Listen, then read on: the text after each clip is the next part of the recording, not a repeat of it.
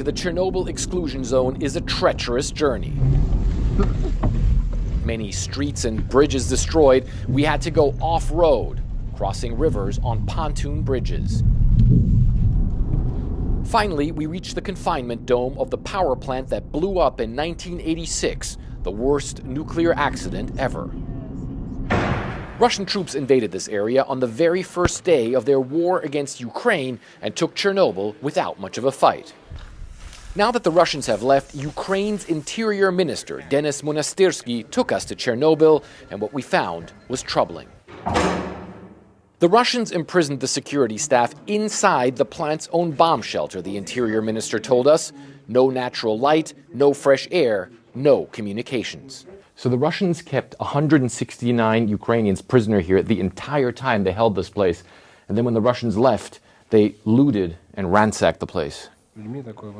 Among the prisoners, police officers, National Guard members, and soldiers. Ukraine's Interior Minister tells me the Russians have now taken them to Russia, and they don't know how they're doing. When I arrived here, I was shocked, he says, but only once again realized that there are no good Russians and nothing good comes of Russians. It is always a story associated with victims, with blood, and with violence. What we see here is a vivid example of outrageous behavior at a nuclear facility.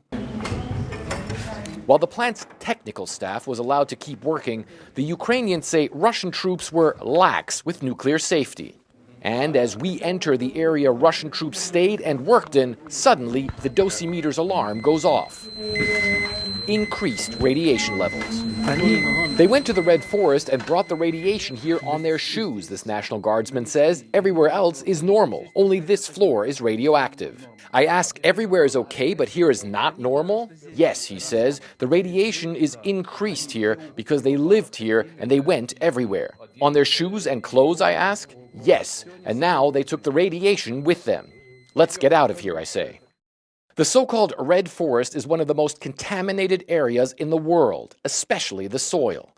The Ukrainian government released this drone footage apparently showing that the Russians dug combat positions there. The operator of Ukraine's nuclear plants says those Russian soldiers could have been exposed to significant amounts of radiation. We went to the edge of the Red Forest zone and found a Russian military food ration on the ground.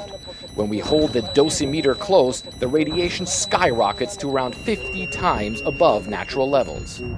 Ukraine says Russia's conduct in this war is a threat to nuclear safety in Europe. The Chernobyl nuclear power plant hasn't been in operation for years, but of course this confinement needs to be monitored 24/7, and also there's spent nuclear fuel in this compound as well. And it's not only in Chernobyl. Russian troops also fired rockets at Europe's largest nuclear power plant near Zaporizhia in southern Ukraine and are now occupying it. Ukraine's energy minister tells me the international community must step in. I think it's dramatically impact, and that is really the act of nuclear terrorism, what they are doing.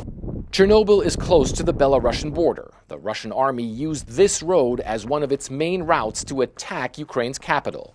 The Interior Minister says his country needs more weapons to defend this border.